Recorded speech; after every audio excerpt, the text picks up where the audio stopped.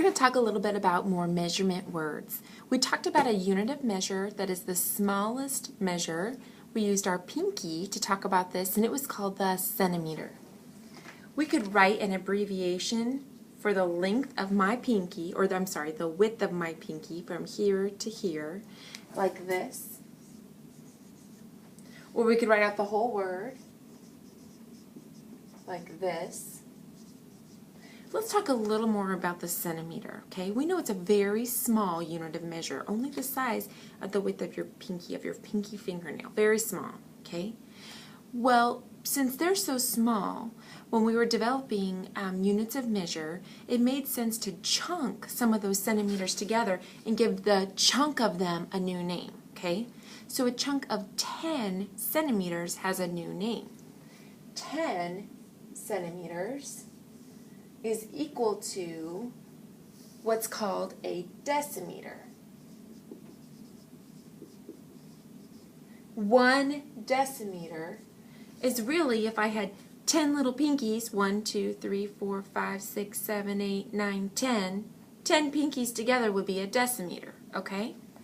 Now, another thing that we can do is look at how many, another chunk would be looking at 100 centimeters, okay?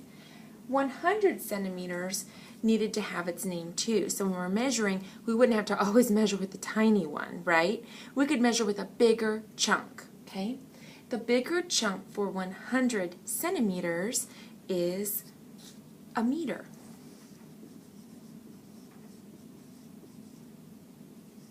So 100 centimeters in a chunk is the same as 1 meter, okay? You've probably seen meter sticks in your classroom, okay? They're those big, long wooden sticks, and we use them to measure bigger things. Like, if you were going to measure the door of your classroom, would you want to use the centimeter, your pinky size, the decimeter, which would be like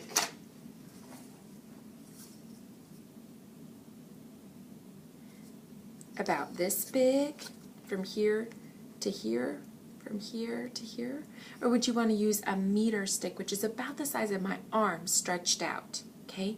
You take your arm, stretch them out, and put your fingertips out like this, out, and from one point of your fingers to the other point of your fingers, that's about the size of a meter.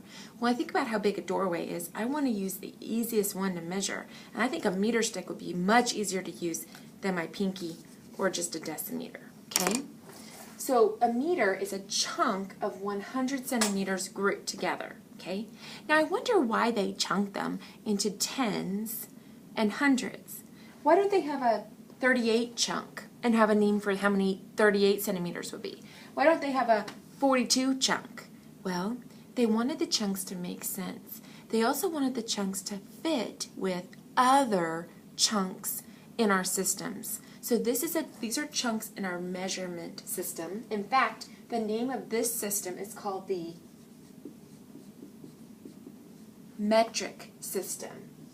Notice the word meter is in all of them. Okay, centimeter, decimeter, meter. Metric measuring system, okay? There's another system that we use that is the money system. Let's take a look at that. So we're talking about measuring and the metric system of measuring here. Let's look at the money system. When we look at the money system, we know that 1 cent is worth 1, right? Cents are equal to 1. But when we group cents together, they are grouped in dimes, right?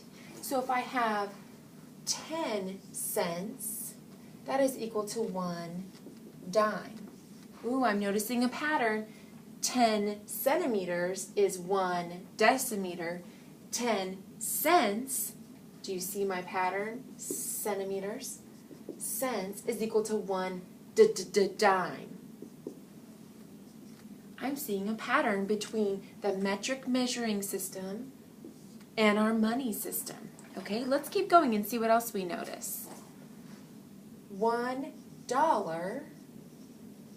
is equal to 10 dimes, okay? 10 dimes is the same as 100, let's write this differently. 100 cents is $1, right? 100 pennies. 100 cents is equal to $1. I'm noticing a pattern. 100 cents is the same as 100 centimeters is the same as 1 meter. 100 cents is the same as $1. I'm noticing a pattern, okay? These systems, the metric measuring system and the money system, have a base. Their base is 10.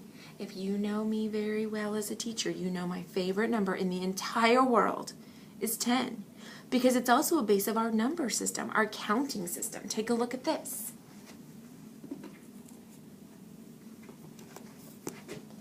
When we count, we use the 10 to help us know we're on as our base system. So we get to 10, then we start the pattern again. 110 and 1 1.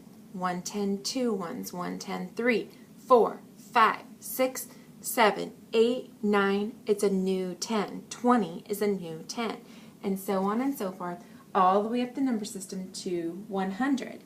Then that system of hundreds uses tens again to build into thousands. Then the thousands use that 10 again to build into 10,000s. And the system goes on and on and on. 10 is the base of a lot of important systems in math that we use in real life.